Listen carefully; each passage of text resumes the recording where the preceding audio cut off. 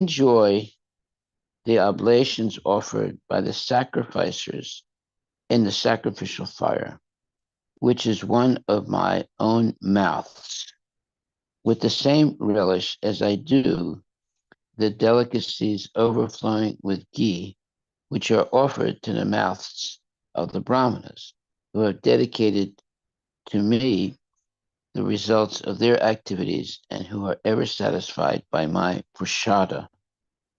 Very nice verse. Let me read that again. I do not enjoy the oblations, meaning the offerings, offered by the sacrificers in the sacrificial fire, which is one of my mouths, my own mouths, with the same relish as I do the delicacies overflowing with ghee, which are offered to the mouths of the brahmanas who have dedicated to me the results of their activities and who are ever satisfied with my prashada. Purport by His Divine Grace, A.C. Bhaktivedanta Swami Prabhupada. The devotee of the Lord, or the Vaishnava, does not take anything without offering it to the Lord. Since a Vaishnava dedicates all the results of his activities to the Lord, he does not taste anything eatable which is not first offered to him. The Lord also relishes giving to the Vaishnava's mouth all eatables offered to him. It is clear from this verse that the Lord eats through the sacrificial fire and the mouth's fire, and the Brahmana's mouth. I'm sorry, let me read that again.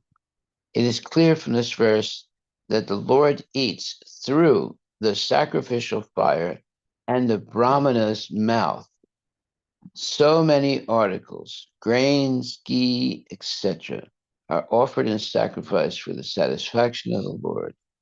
The Lord accepts sacrificial offerings from the Brahmanas and devotees, and elsewhere it is stated that whatever is given for the Brahmanas and the Vaishnavas to eat is also accepted by the Lord. But here it is said that he accepts offerings to the mouths of the Brahmanas and Vaishnavas with even greater relish. The best example of this is found in the life of Advaita Prabhu in his dealings with Haridas Thakur. Even though Haridasa was born of a Mohammedan family, Advaita Prabhu offers him the first dish of prasada after the performance of a sacred fire ceremony. Haridas Thakur informed him that he was born of a Mohammedan family and asked why Advaita Prabhu was offering the first dish to a Mohammedan instead of an elevated Brahmana. Out of his humbleness, Haridasa condemned himself a Mohammedan. But Advaita Prabhu, being an experienced devotee, accepted him as a real Brahmana. Advaita Prabhu asserted that by offering the first dish to Haridasa Thakur, he was getting the result of feeding 100,000 Brahmanas. The conclusion is that if one can feed a Brahmana or Vaishnava, it is better than performing hundreds of thousands of sacrifices. In this age, therefore, it is recommended that Harir Nama, chanting the holy name of God, and pleasing the Vaishnava are the only means to elevate oneself to spiritual life. Srila Prabhupada Patita Pavan Ki Jai. Hare Krishna. Well, there's a lot to be said about this purport and verse. The verse says, I do not enjoy the oblations offered by the sacrificers in the sacrificial fire, which is one of my mouths, with the same relish as I do the delicacies overflowing with ghee, which are offered to the mouths of the brahmanas, who have dedicated to me the results of their activities and who are ever satisfied with my prasada. Yeah, often, sometimes people object. They say, Why you put so much ghee in the prasadam? It's not good for your health. But here we see it must be good for your health because it says, uh, I uh, says that I do not enjoy the oblations offered by the sacrificial fire, which is one of my own mouths, with the same relish as I do the delicacies overflowing with ghee. So that's the key word. The words there, the same delicacies overflowing with ghee, which are offered to the mouths of the brahmanas who have dedicated to me the results of their activities and who are ever satisfied with my prasada. So Krishna actually enjoys ghee, and everybody should enjoy ghee because, well, I can't say everybody, but most people should enjoy ghee because it is coming from the cow and it's purified butter. All the in all the uh, unnecessary things in the butter are taken out, and you have pure ghee, which is like a nectar, and very, very good for your health. Of course, the vegans would say, "Oh my God, no, don't eat that. It's not good for you." Yeah, no, well, because they're not devotees. Okay, so in the purport, Prabhupada says, uh, did I read that already? Yeah. Yeah. Uh, okay, I'll just read a few little lines from this purport. It says, the Lord accepts sacrificial offerings from the brahmanas and devotees. And elsewhere it is stated that whatever is given for the brahmanas and Vaishnavas to eat is also accepted by the Lord. But here it is said that he accepts offerings to the mouths of brahmanas and Vaishnavas with even greater relish. The best example of this is found in the life of Advaita Prabhu in his dealings with Haridas Thakur.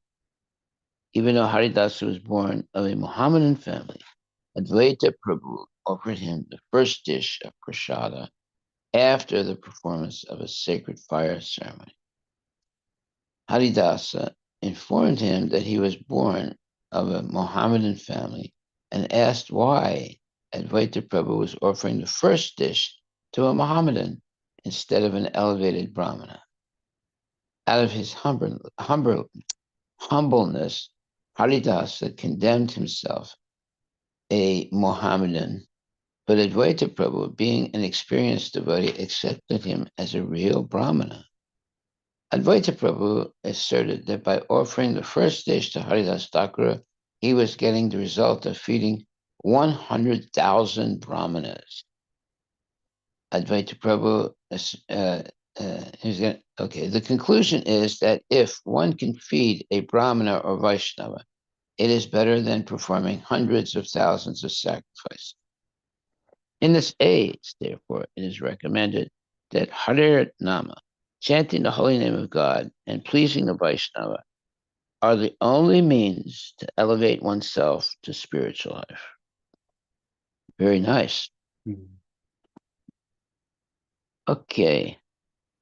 In this age, therefore, it's recommended that Harir Nama, chanting the holy name of God and pleasing the Vaishnava, are the only means to elevate oneself to spiritual life. So very nice prasadam offered to the genuine devotee and chanting Hare Krishna. Those are two necessary things for the life of a Vaishnava.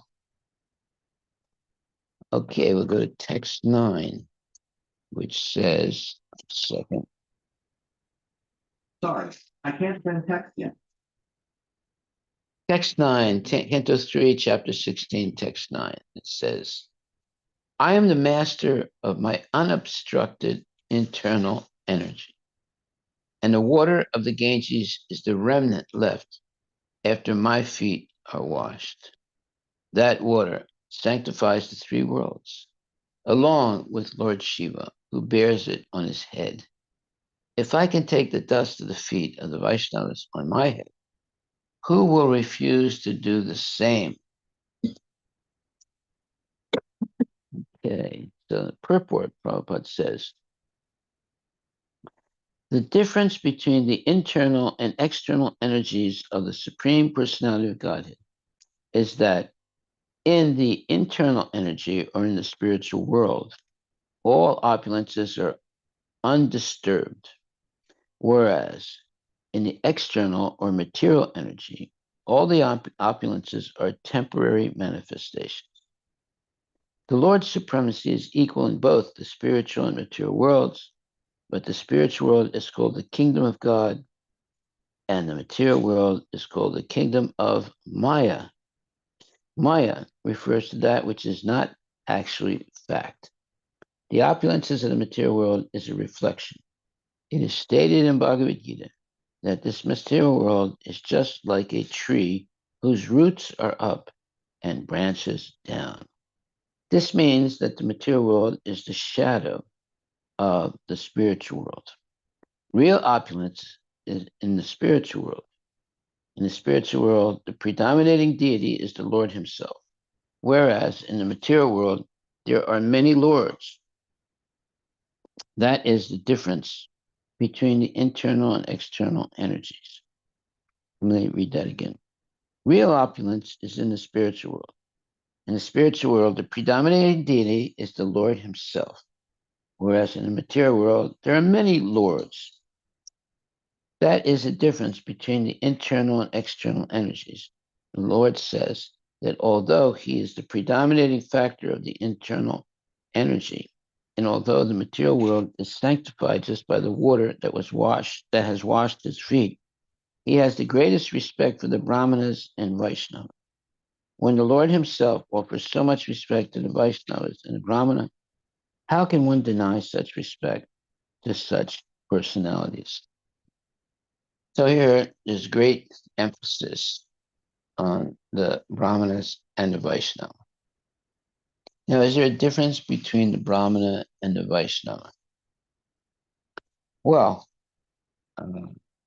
the Vaishnava is the highest level of spiritual, let's say, achievement.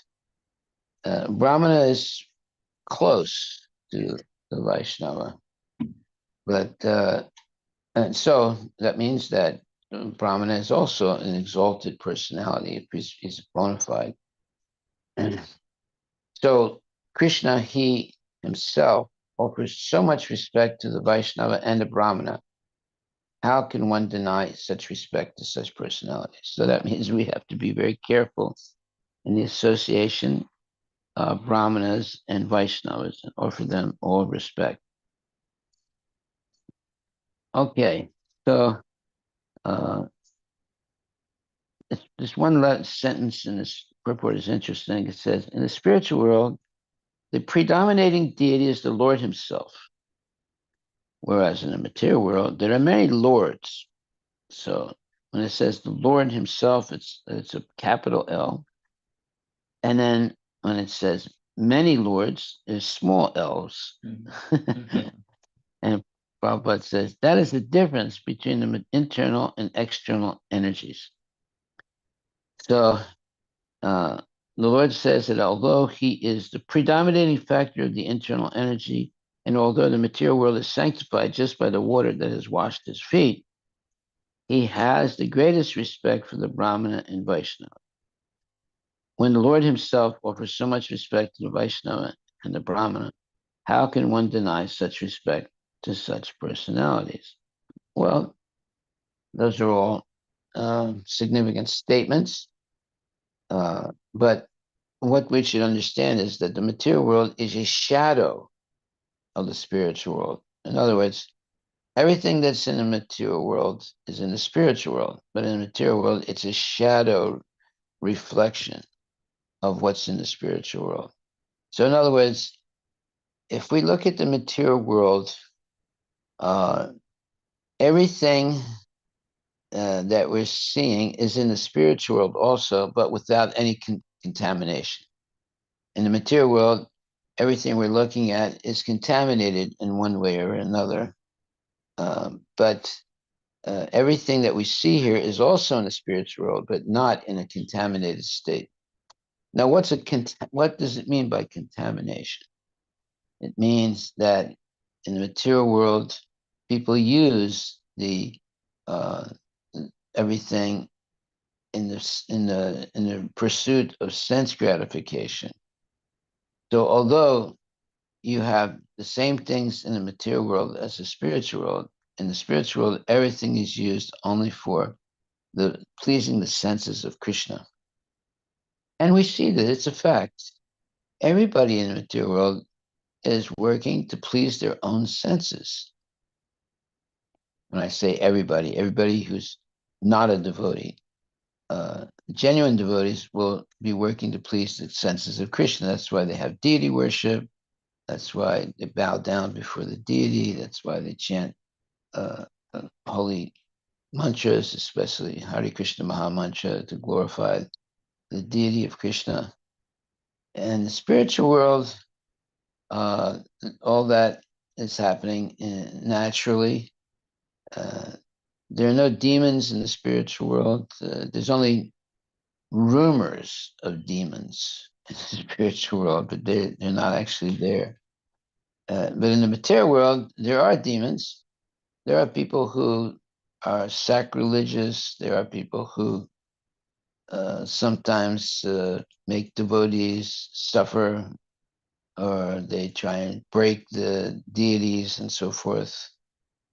Yeah, when the Muslims invaded India, they would uh, break the deities into many pieces and then put them on the ground where there were steps so that people would step on the broken parts of the deities when they would walk or go up steps. They would make steps out of the broken pieces of the deity.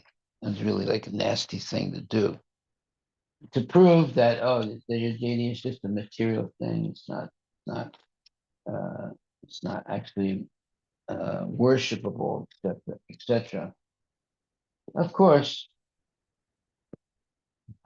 Krishna, the Supreme Personality of Godhead, cannot be, let's say, tramped on or broken. Uh, However, the deity of the Lord, okay, even though it's disrespected by some people, uh, the devotee always remains, let's say, uh, dedicated to serving the deity. The idea, why were the Muslims doing this? Like breaking the deity and then using the pieces of the deity to be steps or to be, in the ground where people would walk. They wanted to discourage the Hindus from worshiping deities.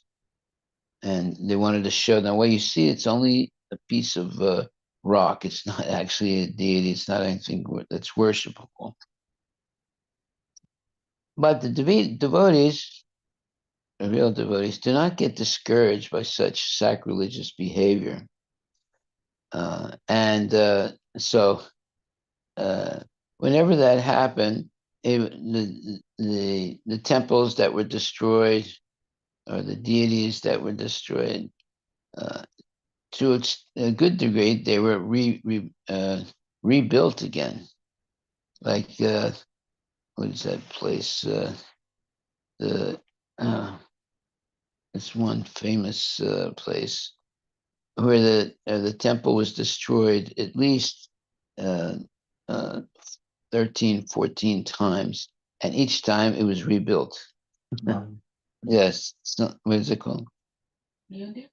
Oh, oh, man. It's yeah. Anyway, huh? Yeah, Yeah.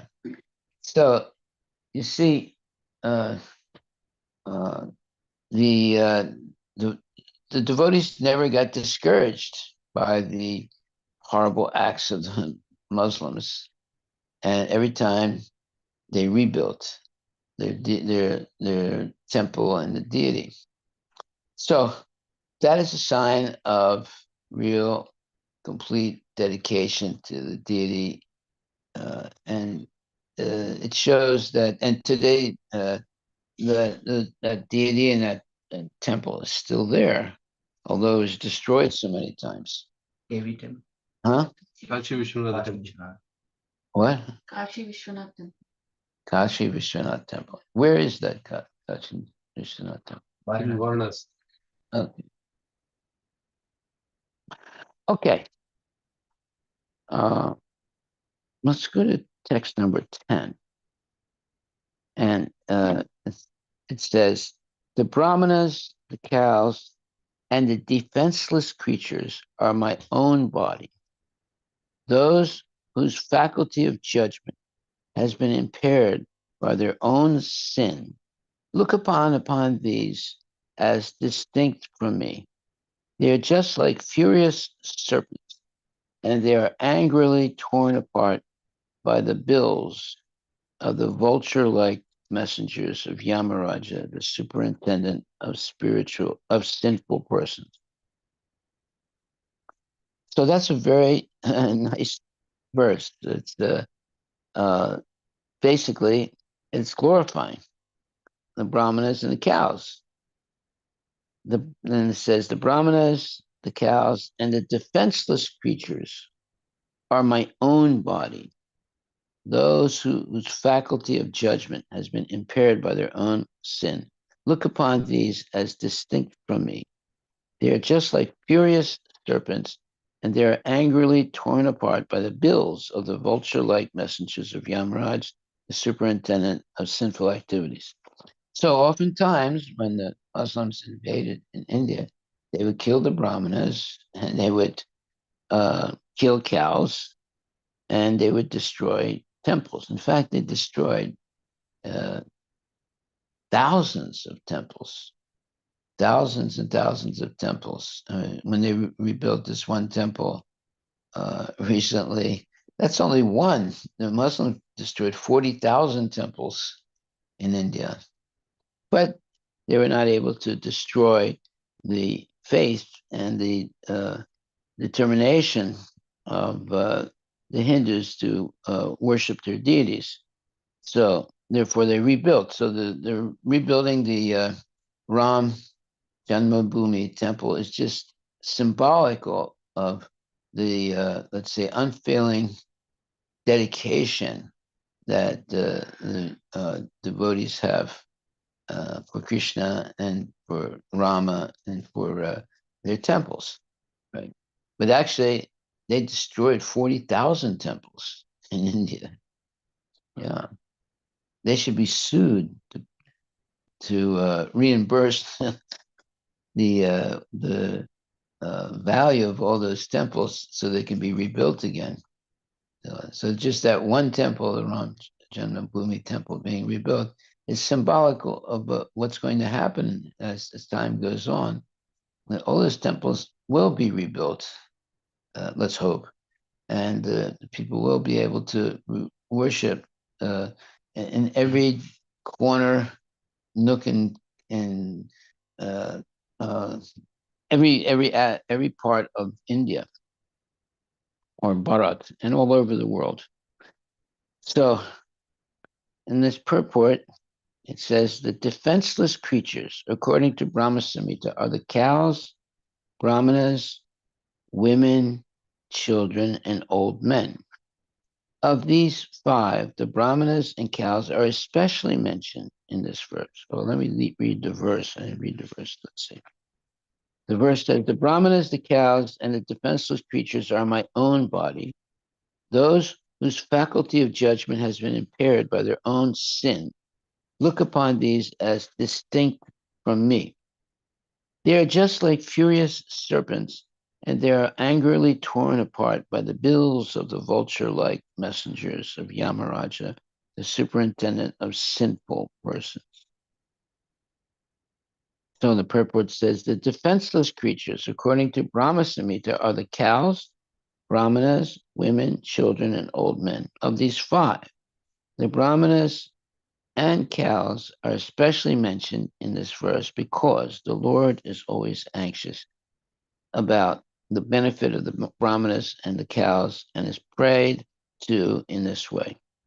The Lord especially instructs, therefore, that no one should be envious of these five, especially cows and brahmanas. In some of the Bhagavatam readings, the word duhitri is used instead of druhati, but in either case, the meaning is the same. Duhati means cow, and duhitri can also be used to mean cow. Because the cow is supposed to be the daughter of the sun god, just as children are taken care of by the parents, women as a class should also be taken care of by the father, husband, or grown-up sons. Those who are helpless must be taken care of by their respective guardians. Otherwise, the guardians will be subjected to the punishment of Yamaraja, who is appointed by the Lord to supervise the activities of sinful living creatures. The assistants or messengers of Yamaraja are likened here to vultures, and those who do not execute their respective duties in protecting their wards are people that they're protecting, are compared to serpents. Vultures deal very seriously with serpents, and similarly, the messengers will deal very seriously with the neglectful guardians. Well, we hear often that in times of war, one strategy of, let's say, really low class people is to specifically rape women and take children away and so forth. And it's to really discourage the people that are being assaulted. In other words, this often happened with the Muslim invasion of India in order to discourage the people and force them to become Muslims. That happened to my great auntie. She was kidnapped by Muslims and she was raped and she had a kid also out of that. But unfortunately, fortunately, she was able to escape from the Muslim that kidnapped her. Eventually, he caught up to her and stabbed her and left her to be what he thought dead. But somehow, miraculously, she survived.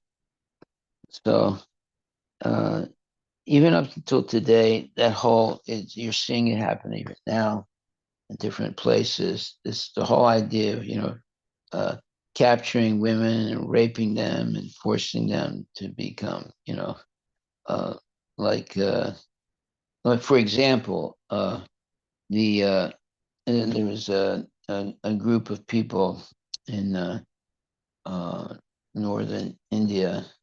What are their names? I forget. Anyway, at one point the Muslims invaded this community and kidnapped the women and raped them all to discourage them. But eventually, uh, they were defeated. The Muslims that did that, and but there's like a stigma, like a negative connotation of a person of a woman who's been kidnapped and raped, and it's something they can never really forget. Uh, and so sometimes they can't get married again because no one wants to marry them. Anyway, all these horrible things are still happening in the days like Ravana. What did he do? He kidnapped Sita, right? To He thought that Ravana and that Rama was powerful because he had such a beautiful wife, and if he could steal the wife and defile her, then Rama would lose his strength. But that was, of course, uh, Ravana's illusion. And he was defeated. But today, even today, when you think, oh well, today, we're much more advanced. We don't act in such barbaric ways. No, they're still doing the same thing today as before, kidnapping women and putting them into slavery and sexual slavery and so forth. It's still going on. It's going on in one way, like in the Far East, uh, Muslims, or they kidnap women and put them in sexual slavery. But it's happening in the United States also. Young girls get kidnapped and they're put into sexual slavery by useless men, and they're and it happens a lot. So we have to be careful in this culture now because it's full of demons. It doesn't matter they're Muslim or they're Christian. There are too many demons now. Before there were just a few demons, like Ravana and so forth. And now there's like hundreds, thousands, millions of Ravanas all over the world. So this is Kali Yuga. It's a dangerous time to live, especially for women. Even in India, you have a lot of mishandling or disrespectful behavior of even Hindu men with women. And there are five categories of people that have to be protected. There's women, there's children, there are brahmanas, and cows, and so forth. And what? Older people. Yeah, elderly people. And when they're not protected, it's very sinful, and then society begins to break down, and then those people are going to be punished that are violating these things. But it takes time, and and during that time, a lot of people suffer unnecessarily. Okay, so the brahmanas, the cows, and the defenseless creatures are my own body. Those whose faculty of judgment has been impaired by their own sin look upon these as distinct from me. They are just like furious serpents, and they are angrily torn apart by the bills of the vulture like messengers of Yamaraj, the superintendent of sinful persons. Purport by Srila Prabhupada. The defenseless creatures, according to Brahma Samhita, are the cows, brahmanas, women, children, and old men. Of these five, the brahmanas and cows are especially mentioned in this verse because the Lord is always anxious about the benefit of the brahmanas and the cows, and is prayed to in this way. The Lord especially instructs, therefore, that no one should be envious of these five, especially the cows and brahmanas. In some of the Bhagavatam readings, the word duhitra is used instead of duhati, but in either case, the meaning is the same.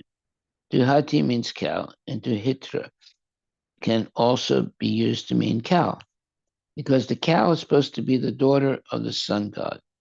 Just as children are taken care of by the parents, women as a class should be taken care of by the father, husband, or grown-up son. Those who are helpless must be taken care of by their respective guardians. Otherwise, the guardians will be subjected to the punishment of Yamaraj, who is appointed by the Lord to supervise the activities of the sinful living creatures. The assistants or messengers of Yamaraj are likened here to vultures, and those who do not execute their respective duties in protecting their wards are compared to serpents. Vultures deal very seriously with serpents, and similarly, the messengers will deal very seriously with neglectful guardians. Well, and we got to be careful what we do in life. Unfortunately, there are, these demons today. And before there was just a few demons. I mean, now there's a lot of demons, and that's why there's also a lot of bad weather. Hurricanes and floods, and earthquakes, and things like that going on all over the world. Every time there's an earthquake or a flood or anything like that, it means some demon has been born. So, so there are a lot of demons being born now because all over the world there are these bad weather situations, and people die, in floods and in earthquakes and tsunamis and so forth.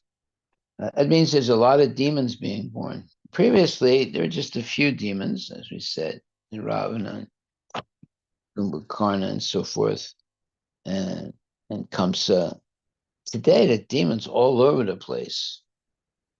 I remember one day I was in Paris. I was walking down the street, and some lady completely dressed in black was walking the opposite way, uh, and I gave her a pamphlet about Krishna consciousness, and she looked at me and gave me a very nasty look, and then she crushed that pamphlet in her hands, threw it on the ground. And I wasn't really looking at her that much, but when she, uh, threw it on the ground, I looked at her and she looked exactly like a witch, Mm. you know, Mm. and she she had hatred in her eyes. There are people like that. And they are like witches, and they're walking around, and they're scary, very scary. But we always chant Hare Krishna and smile. Mm. Uh, okay, so the poor man should not be unprotected. In other words, it means you have double negative. That so whenever there's a double negative, uh, it's a positive. Let's put it like that. So, of course, those who are unprotected are mentioned here, but the definition of this phrase is clear from the Shastras. The poor man should not be unprotected, but the Brahmana should especially be treated as the representative of Narayana and should be worshipped like him. It is specifically said that to pacify the Brahmanas, one's face should be lotus-like. A lotus-like face is exhibited when one is adorned with love and affection. In this respect, the example of the fathers being angry at the son and the sons trying to pacify the father with smiling and sweet words is very appropriate. Am I reading the wrong purport? Yeah. So we're on text 10. Okay, sorry. Yeah, I jumped forward. Okay. The assistants or the messengers of Yamaraj are likened here to vultures, and those who do not execute their respective duties in protecting their wards are compared to serpents. Vultures deal very seriously with serpents, and similarly, the messengers will deal very seriously with the neglectful guardians. Okay, so um, yeah, why do we protect cows, and why do we show great respect and protect brahmanas? Because they're very dear to Krishna. And anyone who doesn't, they're compared to furious serpents, and eventually they will have, a terrible type of suffering and death. Uh, so defenseless creatures, meaning the cows, the brahmanas, women, children, old men, they are given special attention and respect and protection. in a civilized culture, especially the Brahmanas and the cows. So when uh, barbaric people, are killing cows, Brahmanas, and women, and children, and old men, uh, there's going to be a serious, what you would call a reaction to that. Now, are there examples of that? Yes. Like, for example, at one point, the Muslims in India attacked this sect of people. Yeah, I think it was in North India, and kidnapped their women, killed some of the men in that community. There was a community that was not, they were not Muslims and they were not Hindus. They had their own, religion. So the Muslims invaded them and, kidnapped their women and raped the women. They kept them as slaves and killed a lot of the men. Well, what happened?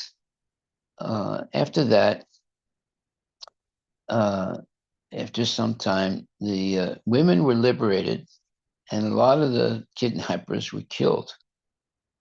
Uh, so it's a very dangerous thing to do things like that because there's going to be a repercussions.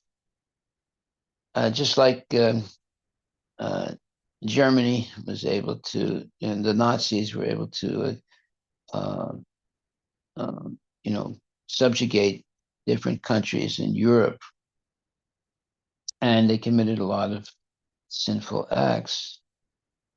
But the Allies eventually uh, made them leave France and other countries that they had, the Netherlands that they had conquered, and completely decimated Germany.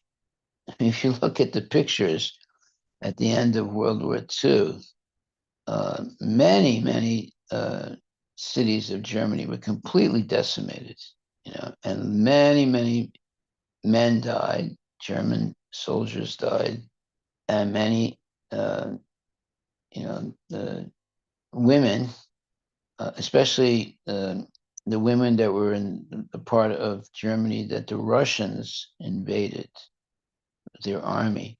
Oh, it was terrible what happened, how they treated the women.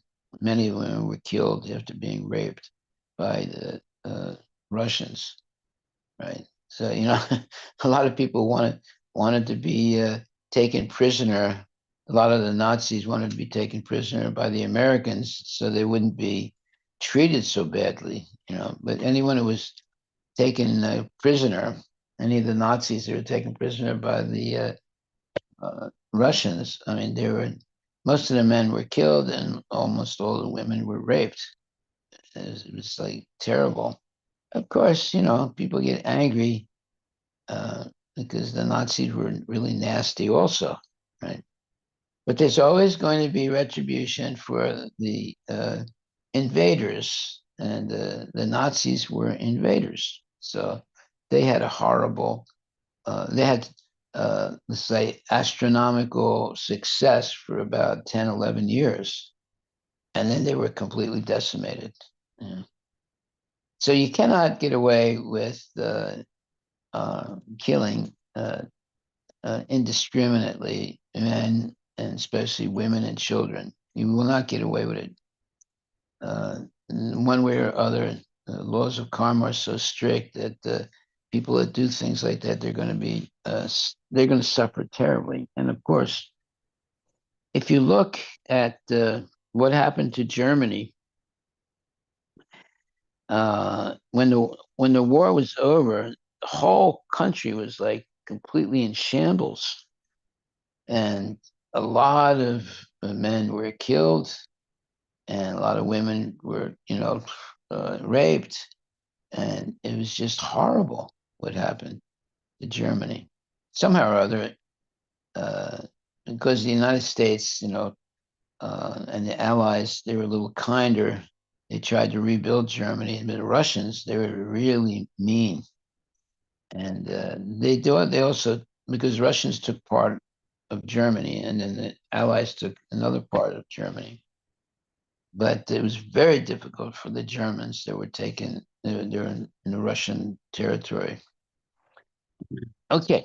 So Maharaj, one question. Yes. Let's say somebody, obviously there's many cases like this where even the religious organizations or people from outside have attacked, let's say, some Christians and so on, and then the church may forgive because they have, the mercy, or like or the what is that, the right word, but the forgiveness. Basically, they use their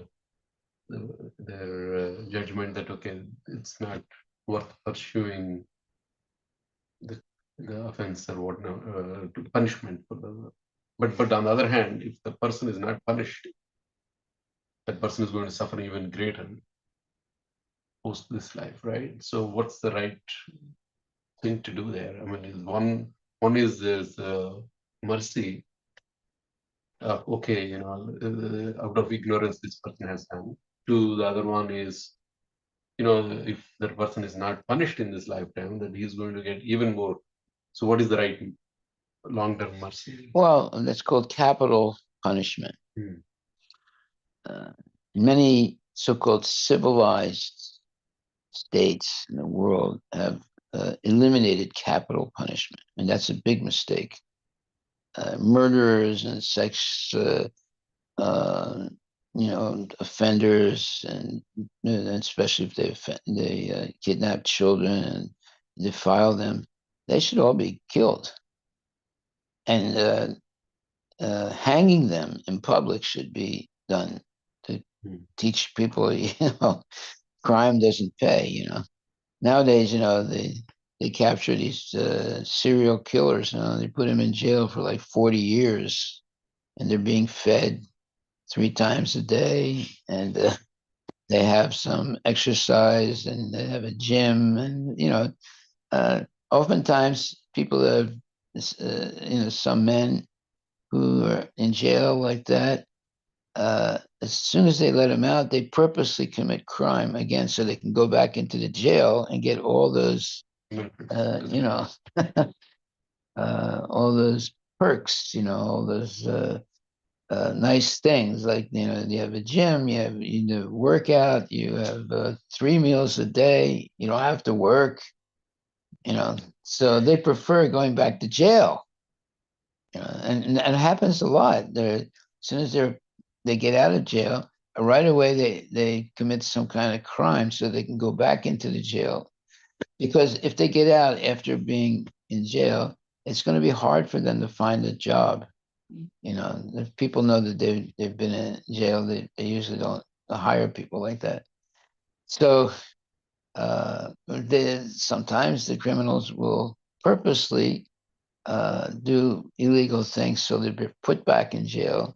And now they have a bed, they have 3 meals a day, they can work out in the gym.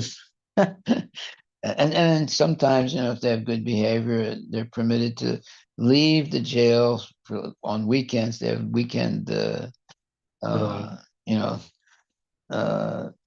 allowed to go on weekends outside and so forth. So it's like a honeymoon for them.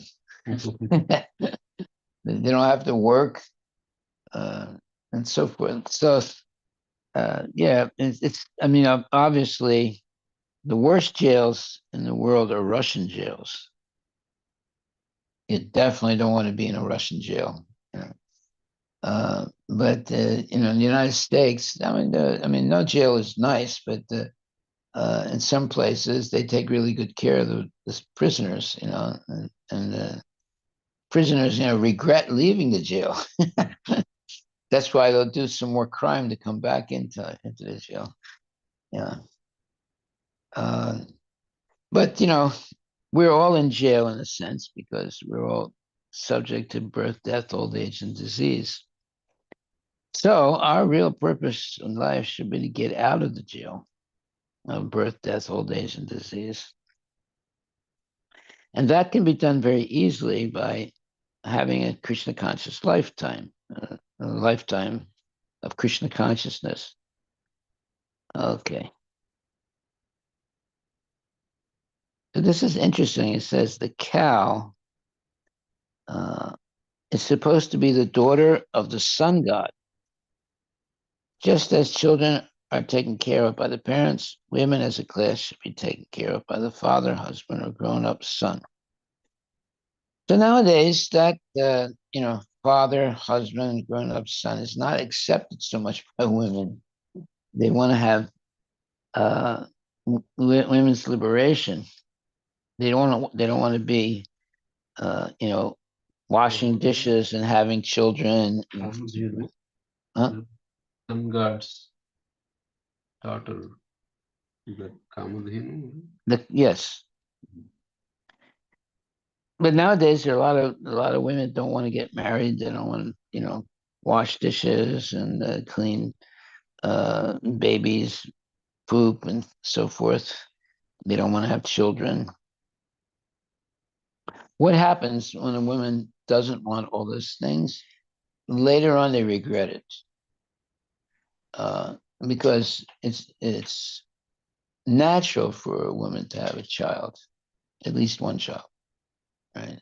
And they don't function properly if they don't have a child. And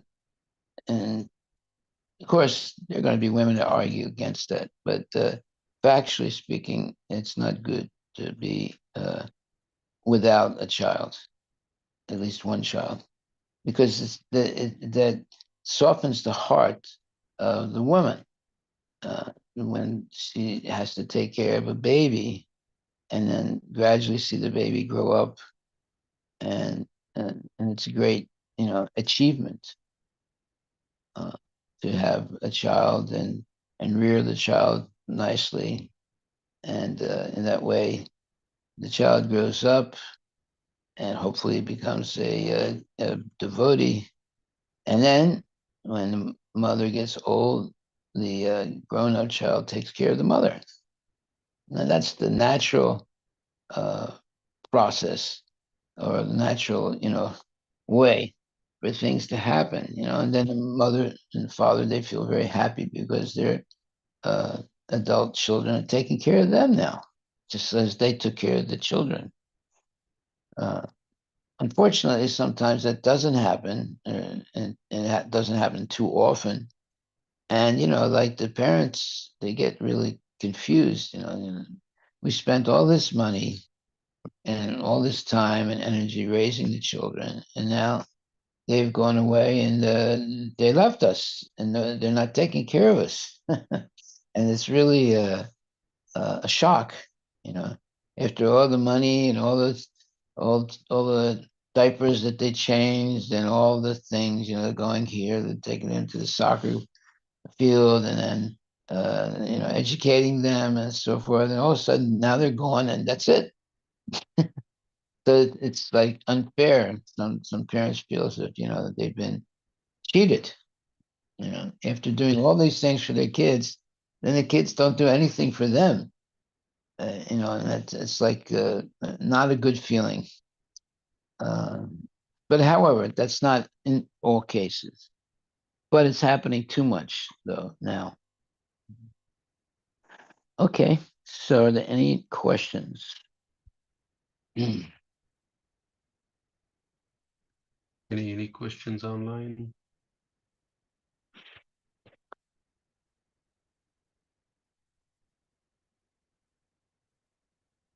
Hare Krishna Maharaj. Yes. The initial part of your class, you talk in your words or somewhere in the Shastra Maharaj. What is the difference or exact difference between a Brahmana and a Vaishnava? Well, yeah, there is a difference. Brahmana is a big step toward becoming eventually a Vaishnava, right? Brahmanas, they follow, this ritual performances all the time. But a Vaishnava is who follows, all the rules and regulations. Being a Vaishnava is a transcendental person. Like, for example, when you become a Vaishnava, you do not have to follow all the ritual things that Brahmanas do. Like, for example, someone dies in your family, and then a Brahmana tells you, well, you shouldn't go to the temple, and you should, don't do anything spiritual for, 1 month or 3 months or something like that. I remember there's one very nice lady, somebody died in her family, and then the Brahmana told her, don't go to the temple, don't chant Hare Krishna, for 1 month or 3 months. And she came to me, she was all bewildered. I said, the Brahmana just told me this. She said, what should I do? And I said, just ignore what he said. You should never stop chanting Hare Krishna. You should never stop coming to the temple. And it's not that you're contaminated because somebody in your family died. If you chant Hare Krishna, you become purified. That's the whole point of chanting Hare Krishna. It purifies you of all, let's say, of all types of contamination. But the traditional Brahmana will say, no, don't go to the temple. Don't chant Hare Krishna, and for 1 month or 3 months or 1 year.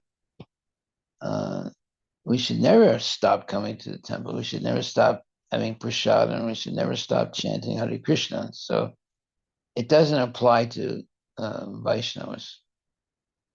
It might apply to mundane people. They might have to follow those rules, but Vaishnavas don't have to follow those type of rules.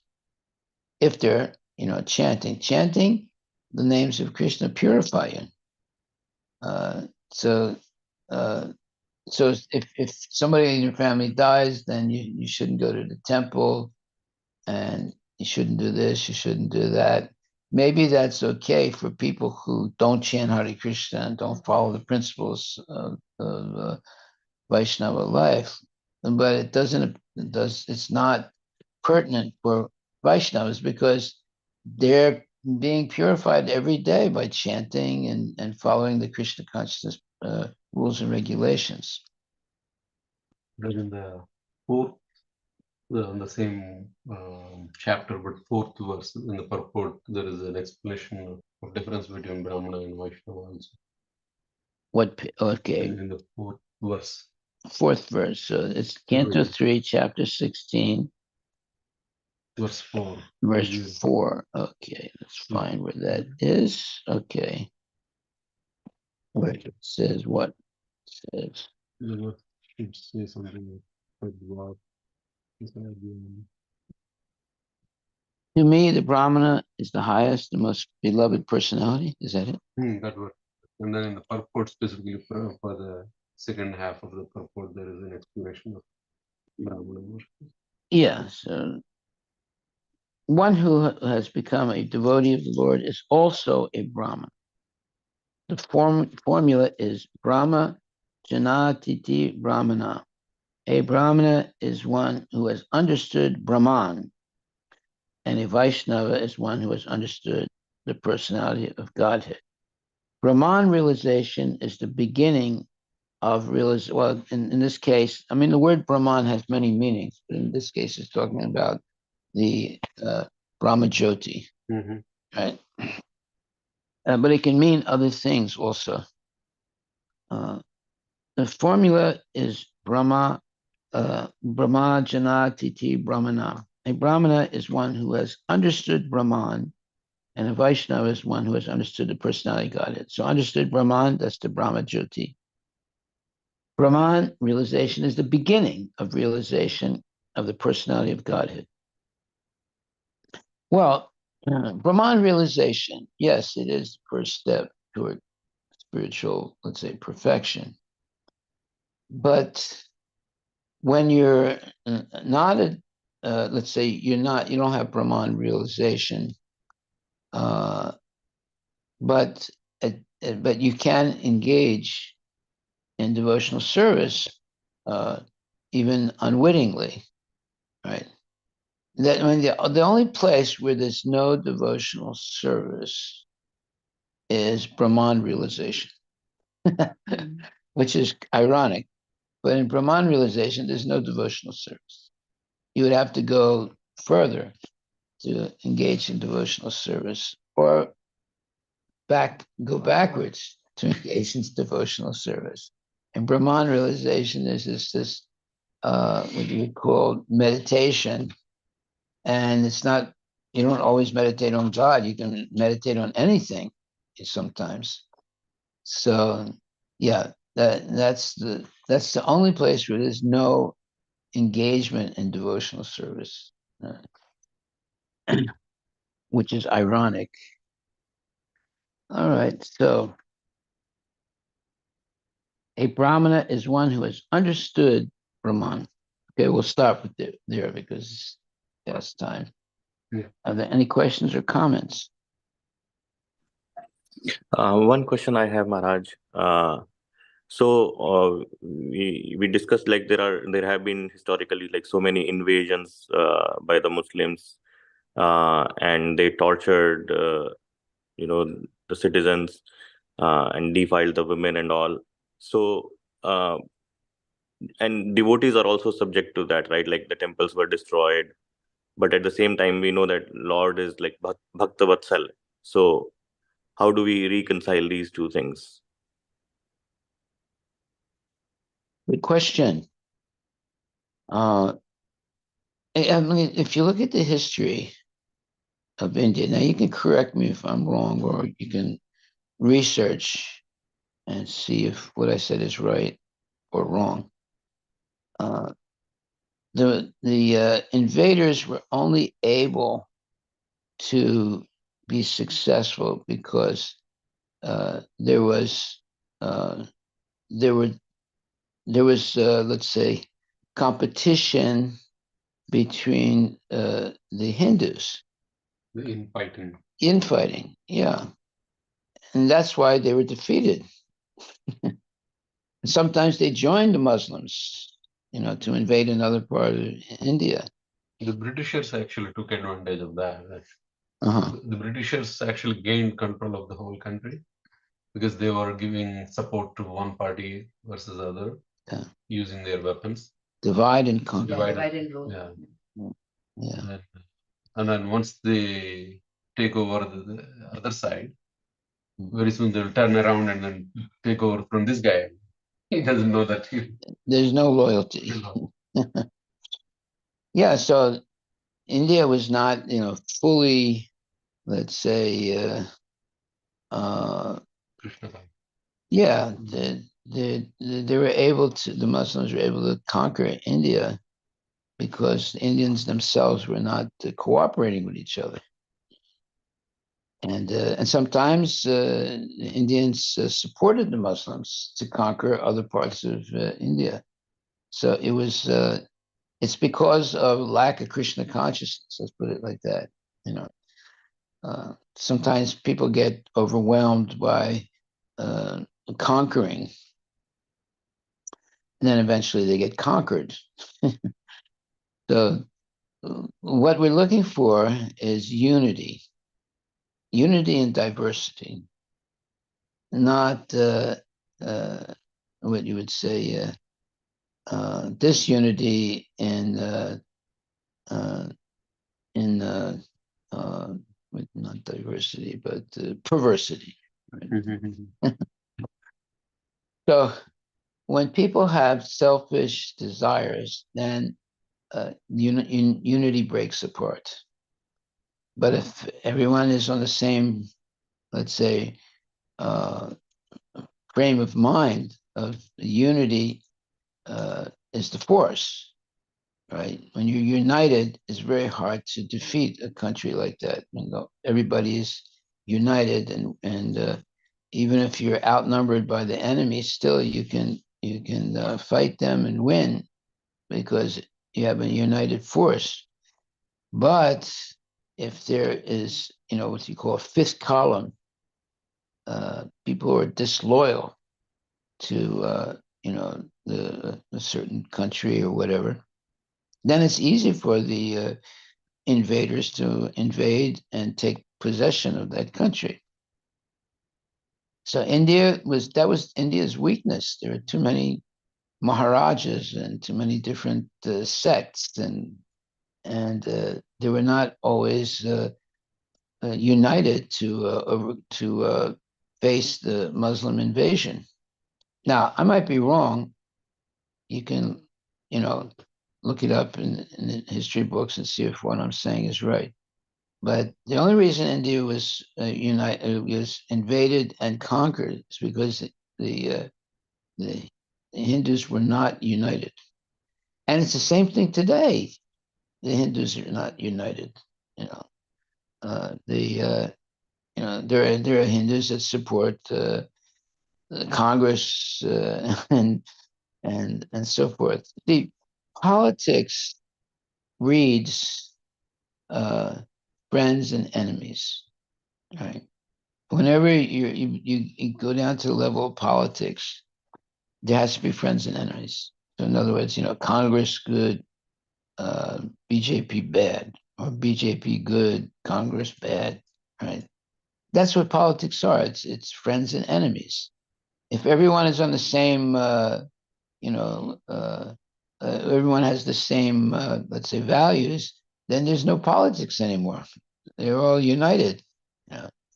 So how do you do that? Well, Prabhupada did that. He united, people from all different backgrounds into one movement, right?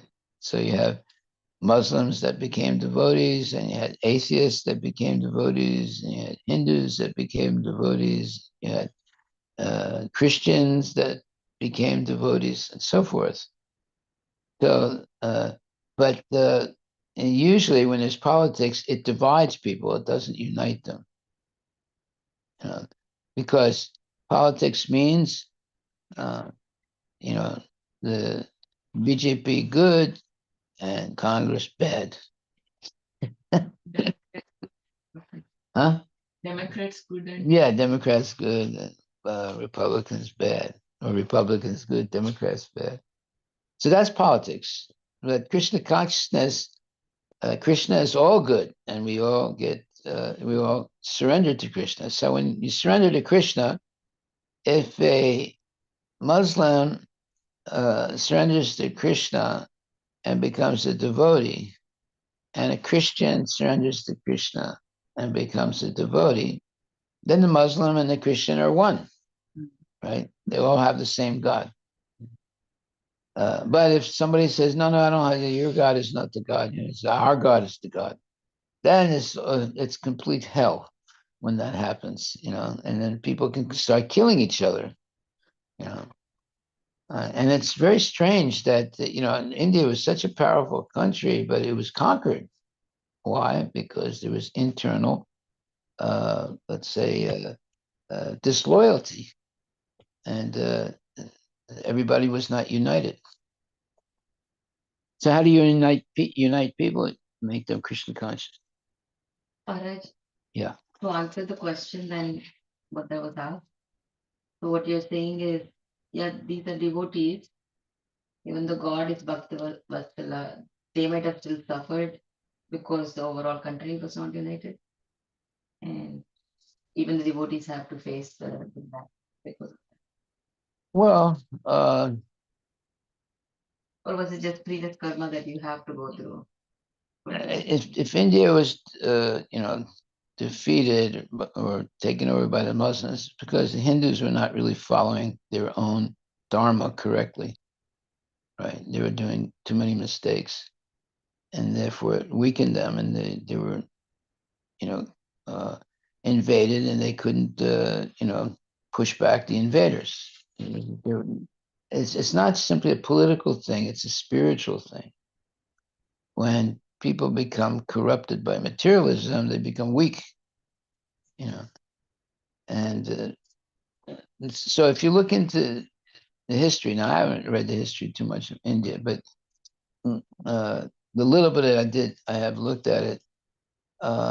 India was, divided into many different, sects and many different,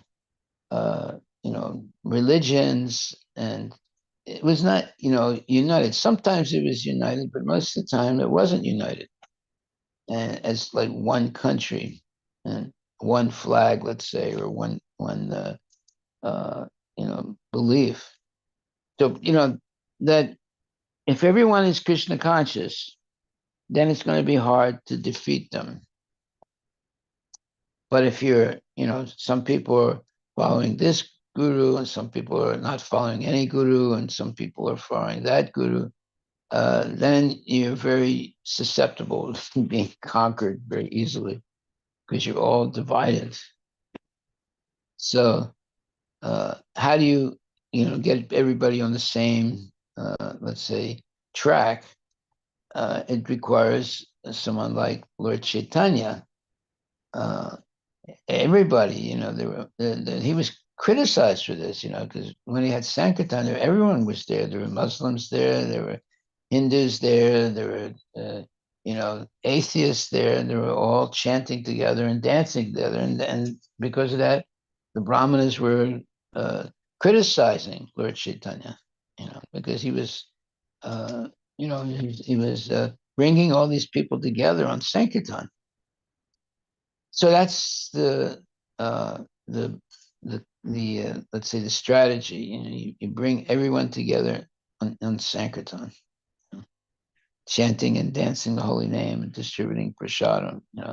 So people can't argue with that because it's good in every way. It's good. That's why we should do more and more Harinam Sankirtan and food distribution, prasadam distribution. That'll change people's minds from sense gratification to following Sanatana Dharma. Okay, so I guess we'll end there unless there's more discussion. Any questions? I think just two. So let's say Maharaj in India, majority were not following, but let's say few devotees were sincerely following. Yeah. But they also become victimized because of this attack by, let's say, Muslims and so on. Now, why does that happen? Well, let's put it like this. Konteya pratijanihi, nami bhakta pranasiti. Krishna promises that my devotee will never perish. So you follow Krishna consciousness sincerely, Krishna is going to protect you. Doesn't matter who invades your country. You have to have that faith of that statement. Konteya pratijanihi. O Arjuna declared loudly, boldly that my devotee never perishes. So you have to go person by person rather than community by community. The one who actually believes, individual. Yes, yeah. Like for example, somehow or other, my mother and my grand auntie, they both survived massacre and horrible things, but they both survived because Konteya Pratijani, they were protected by Krishna. So we have to have that faith. We have to have that faith. So that they could give birth to you. So what? So that they could give birth to you. Yeah. My mother was left as an orphan, 7-year-old orphan in the desert.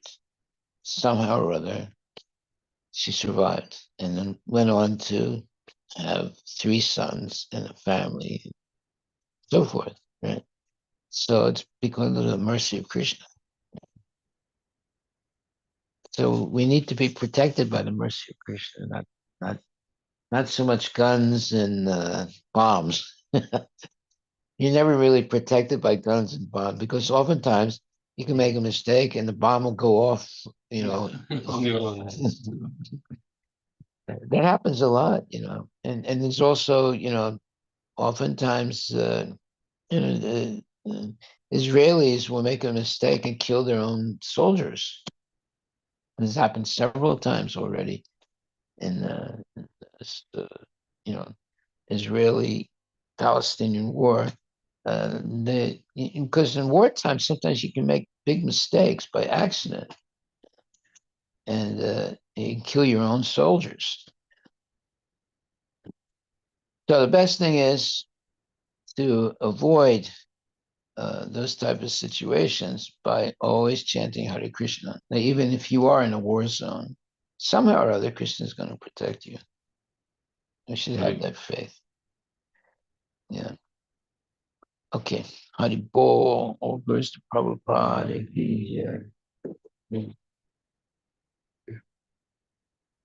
Ram, Hare Ram, Ram Ram.